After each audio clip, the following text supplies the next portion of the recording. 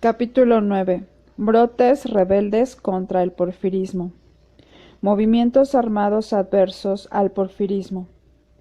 Antes de seguir cronológicamente hablando de los partidos y de las actividades políticas que antecedieron a la revolución iniciada en el año de 1910, es preciso retroceder un poco para hablar de los movimientos de rebeldía que tuvieron lugar en algunos lugares de nuestro país y que fueron también como el prólogo de la lucha armada que habría de ensangrentar por tantos años el territorio nacional. La semilla sembrada por el periódico Regeneración, que como ya dijimos, redactaban en los Estados Unidos los hermanos Flores Magón, la publicación del programa del Partido Liberal de julio de 1906 y la incitación constante a la rebeldía hecha por aquel mismo periódico, unido todo esto al rigor desplegado por las autoridades porfiristas en contra de los campesinos, obreros, clase media, periodistas independientes y otras muchas personas, provocaron la exacerbación del descontento en algunos lugares del país y como consecuencia los movimientos rebeldes que entonces tuvieron lugar. En junio de 1906 tuvo lugar la huelga de los obreros mineros de Cananea, Sonora, de la que hicimos referencia, huelga que tuvo un saldo sangriento y la prisión de muchos de los dirigentes huelguistas en las mazmorras de San Juan de Ulúa. En enero de 1907 se efectuó la huelga de muchas factorías textiles de los estados de Puebla y Veracruz, pero este movimiento obrero culminó con los asesinatos en masa de los obreros de Río Blanco. También a este hecho aludimos en un capítulo anterior. El 23 de septiembre se lanzaron a la lucha armada los indios de la sierra de Soteapan, Veracruz, divididos en 3 columnas encabezadas por Hilario C. Salas, Enrique Nava y Cándido Donato Padua, que ocuparían las poblaciones de Acayucan, Minatitlán y Puerto México. Estos improvisados jefes revolucionarios pertenecían al Partido Liberal de los Flores Magón. No tuvieron éxito, pues circunstancias adversas hicieron que muy pronto fueran sofocados por las fuerzas del gobierno.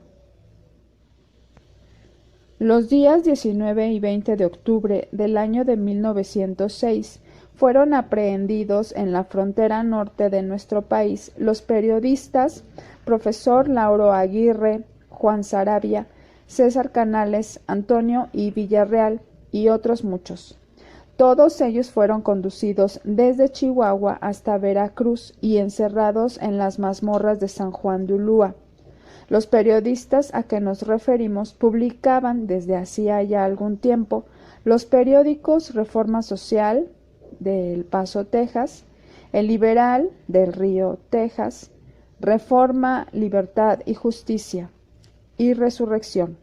Ordenaron estas aprehensiones el gobernador de Chihuahua, don Enrique Krill, y el general José María de la Vega, y se prestaron para ellas algunos militares que se fingieron partidarios de las ideas liberales. El 25 de junio del año de 1908 se realizó el movimiento rebelde en la población de Viesca, Coahuila. Tomaron la población, en donde proclamaron el plan liberal y siguieron por algunos lugares. Aquel movimiento, falto de una fuerte organización, decayó pronto, y sobre sus autores se encarnizaron las autoridades del porfirismo. El jefe de este movimiento rebelde fue Benito Ibarra, que logró sobrevivir algunos años, pues falleció en 1917. El 26 de junio de 1908 organizó un movimiento rebelde en la población de Las Vacas, Coahuila, el periodista Antonio de P. Araujo. Eran 40 valientes que no tuvieron el éxito deseado militarmente.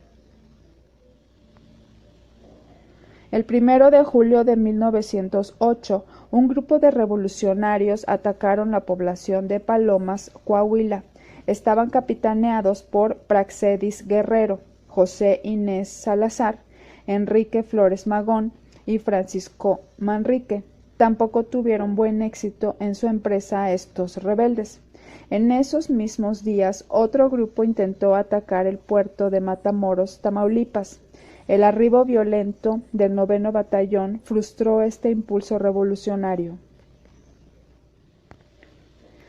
Primer mártir de la Revolución Mexicana.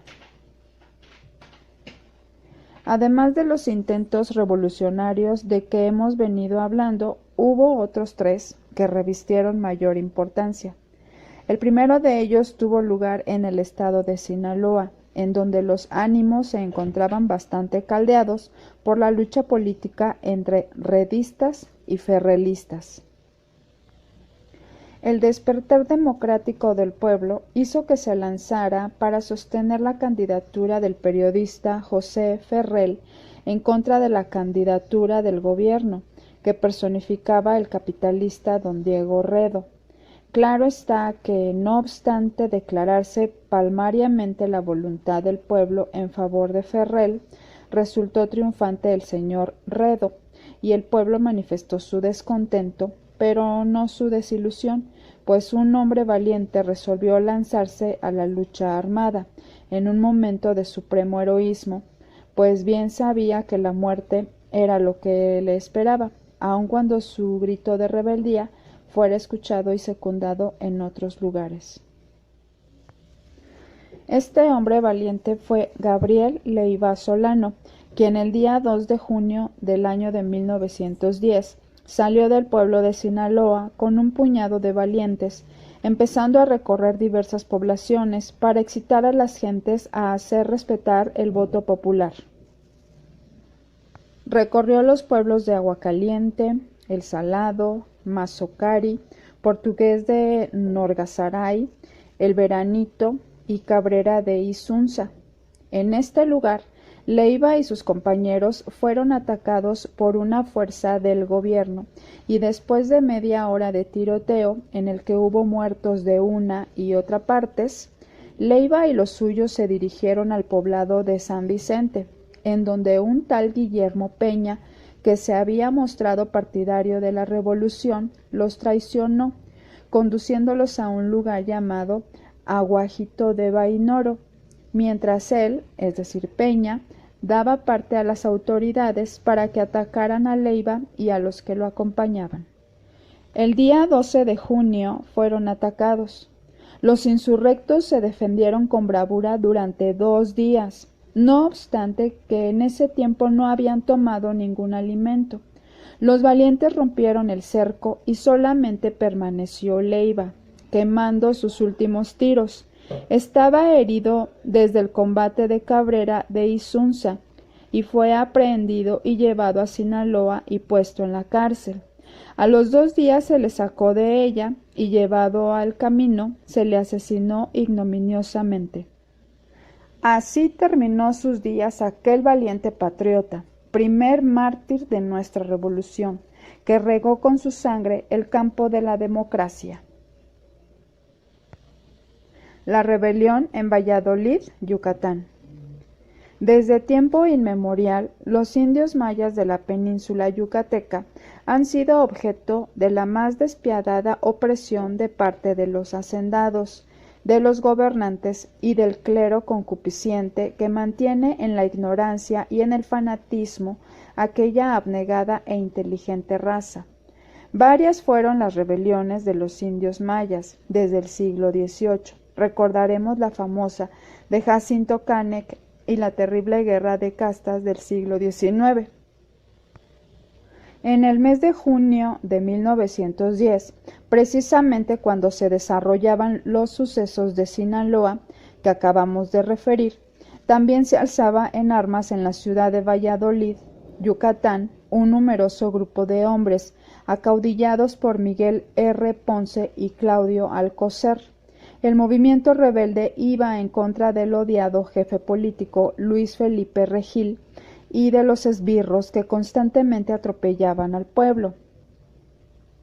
Los rebeldes se hicieron dueños de la población por varios días, pero fueron atacados por una numerosa fuerza del gobierno al mando de los coroneles Gonzalo Luque e Ignacio Lara, y vencidos se les aprehendió, sentenciando a muerte a aquellos valientes paladines de la libertad. Fueron fusilados el 25 de junio de 1910. Juan Coamatzi y la rebelión en Tlaxcala.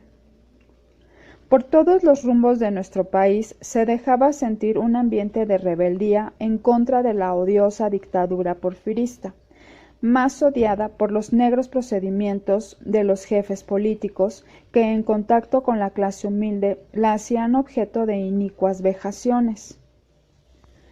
También en Tlaxcala hubo una notable rebelión, acaudillada por Juan Coamatzi, Marcos Hernández Xocolotzi y Antonio Hidalgo. Esta tuvo lugar el día 26 de junio del mismo año de 1910. Los rebeldes tomaron la población de San Bernardino Contla, haciendo prisionero al jefe político Nicolás Reyes.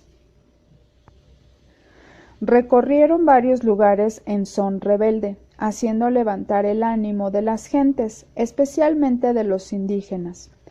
Pero la falta de armas y tal vez la carencia de una mejor meditada organización, unida a la tenaz persecución de las fuerzas federales, bien pronto hicieron que fracasara esta rebelión, como las de Coahuila, Sinaloa, Yucatán y otros lugares.